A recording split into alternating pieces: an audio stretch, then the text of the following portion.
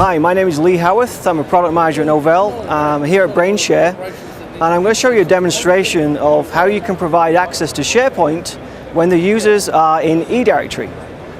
Let's take a look. So what we're going to basically show you first of all is if I take a look at the users that we have. So again, we're talking about providing access into SharePoint for users that are coming from eDirectory. I'm going to take a look. I'm going to log in to iManager. I'm going to take a look at the users that we have. So you can see, if I look at the modify user, I'm going to take a quick look at these users. And what I've done is I've actually got different containers set up for the users.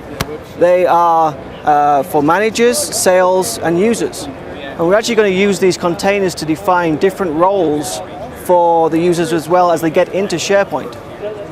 So as you can see here, I've got a user in managers. I'm just going to call it manager 1. And I've also got other users in sales as well as guests. So let's see how this works for SharePoint. Just going to close this browser down, reopen it.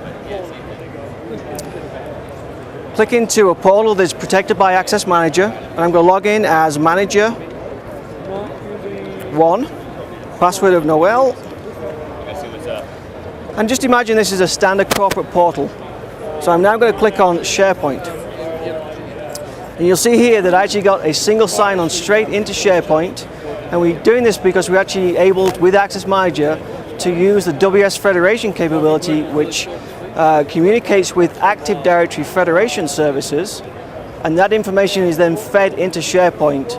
And so the user information held in eDirectory, we're transforming the container information to a set of roles, and that is then fed up into SharePoint. So as you can see here, I got a single sign-on, and I can do things that you typically expect a manager to be able to do with SharePoint.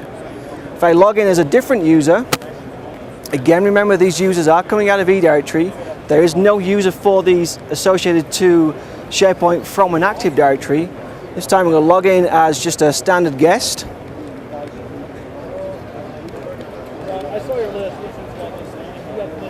Again, accessing SharePoint.